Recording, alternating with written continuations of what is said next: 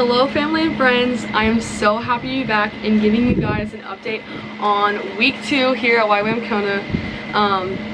Yeah, I'm so happy to make this video and so blessed to have this platform, even if like 50 people are watching, it's still really cool to just tell you guys how good God is. Like, he is good yesterday, today, and forever, and I will keep on saying that over and over. And I just hope that this video is just a little bit encouraging at least, and yeah, just to show you guys that God is moving, and it's not just here, that he's moving at home with you guys as well. Yeah, so if you watched last week's video, this video will probably make more sense because I'm not going to be explaining a whole lot, but this video is going to be more structured. It's going to be more God focused, what God's doing in my life. And I'm going to try to talk less and talk slower, because last video I think I was just so excited about being here that I was talking so much that it was like a 20-minute video, and I was talking extremely fast, which I'm normally a really fast talker, but I'm going to try to slow it down for you guys. And yeah, my dad commented on my Facebook post about how like I shouldn't drink coffee before, and then I replied and I was like, I didn't even have a cup of coffee. I was just so excited to tell you guys about God. So yeah, in my life. But yeah, so week 2 here at ywam Kona, we had, so again, if you haven't watched my week 1 video, go watch that because this will make more sense.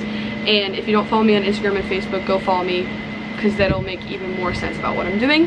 But I'm just gonna get right into it. So week 2, we had the amazing privilege of hearing from Stephen and Amy Castello, or Castello, I think it's Castello, for our lecture. So Amy spoke one day and it was really good, and then Stephen spoke every day, but they were both just super amazing people, super cool stories, like really crazy stories actually, and they are just such God-fearing people, and it was just so cool to be able to hear their stories and hear what their relationship with God looks like. And they were talking about how to hear God's voice, and so I was really excited for this week coming up, because that's always just been something that I've struggled with. And not that I had felt like God wasn't talking to me, it's that I wasn't trusting what God was saying to me. And I was like, oh Carly, that was in your own head, like God wouldn't say that. But no, it's just like I figured out, well, with the help of these guys obviously, the discernment to figure out like, oh, that is God, and like the small still whisper in the back of my head. So that was really cool. They talked about how to hear God's voice all week. Yeah, we just talked about like how to hear God's voice, what it looks like to hear God's voice, like all the ways, the barriers from hearing God's voice, like the bad stuff that we want to stay away from. I just have notes, so if I keep looking down, that's why. I just want to make sure it's more structured. Anyways, the barriers, the filters, and then just the practicals of what it looks like. But it really was, I was not expecting this, but it really was just focused on God's compassion and love for us. And like Stephen really hit that on the nail a bunch of times, but it was definitely something that not even I, but I felt like a lot of my classmates needed to hear as well, that like God rejoices in hearing from us. Like, he doesn't get mad when we haven't prayed to him all day, and then we, right before we're going to bed, we're like, oh my gosh, God, I'm so sorry I didn't pray to you, like please bless me, good night. Like, he's thankful for just the little prayer that you have at the end. Like, he wants to talk to you, like he's like, you are his beloved son or daughter, and like even if it's a 10-second prayer, he's just happy that like you're taking time out of your day to talk to him. So that was just something that really resonated with me. And like, I used to have a lot of prayer guilt when like, oh shoot, I forgot to pray before I eat my burger, like my food's not gonna be blessed, and I didn't talk to God, and now he's mad at me. Like, no, he's not gonna be mad at us. He's always gonna want to welcome us with open arms, and he's always gonna rejoice that we want to have a conversation with us, because ultimately he wants to have a conversation with us all the time. So that was really cool, and just a good reminder. And then we talked about how just being rooted in Christ is always just the best option. And I'm not even gonna expand on that, but just like in everything that you do, being rooted in Christ will always like win. It will always be on top. You're never gonna go wrong with it. Like, in everything you do, if you're rooted in Christ, that's the way. That's all I'm gonna say. I feel like that speaks for itself. We did talk a little bit, actually a little bit. We talked like a whole day on spiritual gifts, and I don't think he meant to, but people started like asking questions. It started off with tongues, and then it just like went, and it was actually like really fascinating, because I've known about the spiritual gifts, but just the way that he was explaining them and going in depth with them, like his experiences with his spiritual gifts. And then he pointed out like Amy, his wife's spiritual gifts, and then he like challenged us to like ask God what our spiritual gifts were, and just like to really pray about like asking God to bless us with those. It was just really eye-opening, and I'm not gonna get into it because that wasn't the point of this week, but I just wanted to add that in, that like it was just really cool to hear about that and all the different ways, like prophetic words and tongues and all interpreters and all these things. It was just really cool. So that was pretty much lecture. It was super good. I am so blessed with Steven and Amy now that like I even got to hear them for 4 days. Like it was just super cool. And just talked to him when he was around campus, and yeah, just super grateful for Steven and Amy. And lecture was for sure 10 out of 10 this week. Like I loved it. So yeah, that was lecture. And then this week, if you guys didn't know, maybe I did talk about it in the last video, I don't remember, but we have track focuses. I did talk about this, and I'm doing the farm. So basically 2 times a week after lunch we go for like 2 hours, and it's just to like get your mind off everything and be focused on something else that you're interested in. And so I chose to do the farm track, and it's really not a farm, it's actually a sustainability, technology, and research center. And it's just a lot of investigation and research happens there. So it's like less of a farm, but they like pretty much do all the farm things. Like they have the animals and stuff, but they have the animals, and they have the gardens, and they have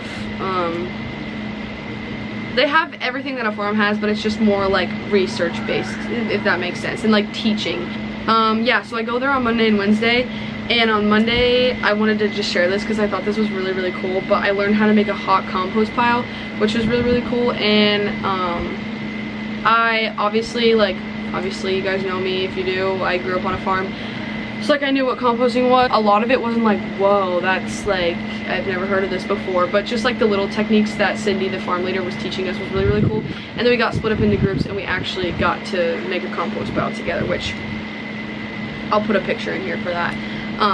Yeah, so that was really cool. And my job, actually, we got assigned jobs, and my job was actually to tell everybody like what's next. I'd be like, okay, we need the browns, we need the greens, we need the coffee grounds, we need the water, and I would like tell people when to put it on. Browns and greens, it's just dead matter, living matter, that's all it is, but we just call it different stuff.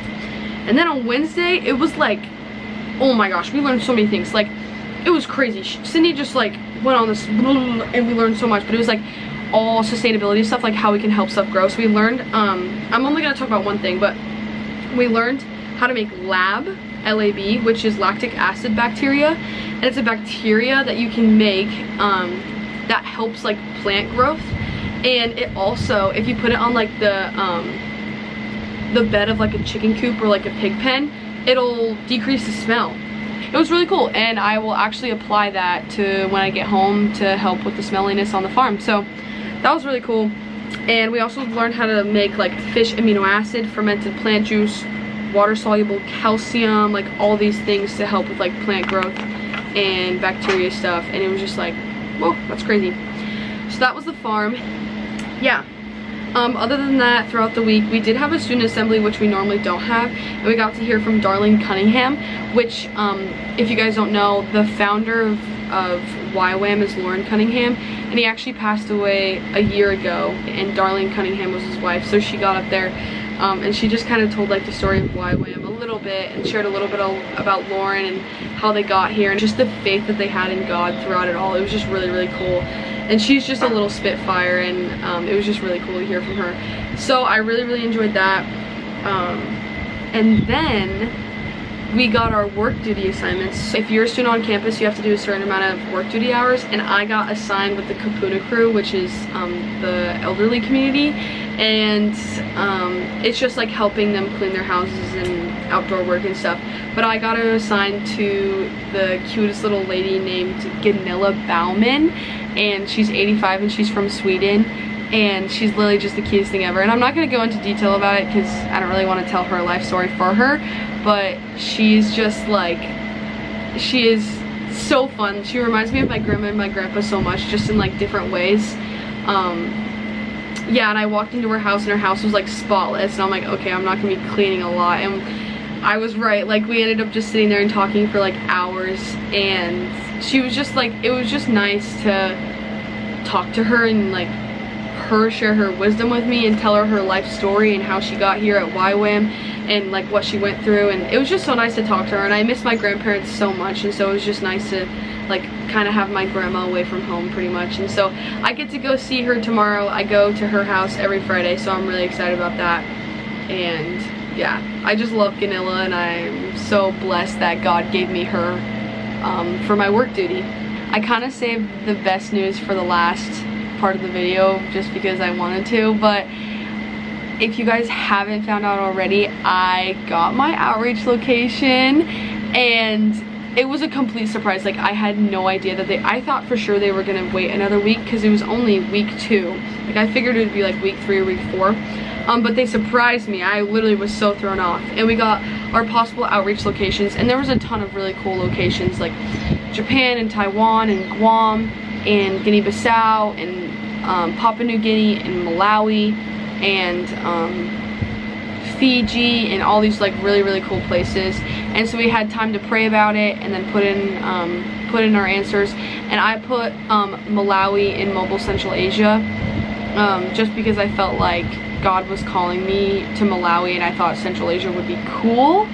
And then a couple days later, which is like a really fast, a couple days later they surprised us with an outreach reveal, and I'm going to Guinea-Bissau, which I'm so excited about. And if you don't know what Guinea-Bissau is, it's completely okay, because I didn't know about Guinea-Bissau until I came here. But Guinea-Bissau is a country in West Africa, and yeah, that's where I'll be going on outreach. And I have a really cool team. I have Katie and Antonio for my leaders, and they're both hilarious, and both, you can just see the heart of the Lord working in them, and they're just super cool people. And I love my team. I have 6 other people coming with me, so there's a total of 9 of us.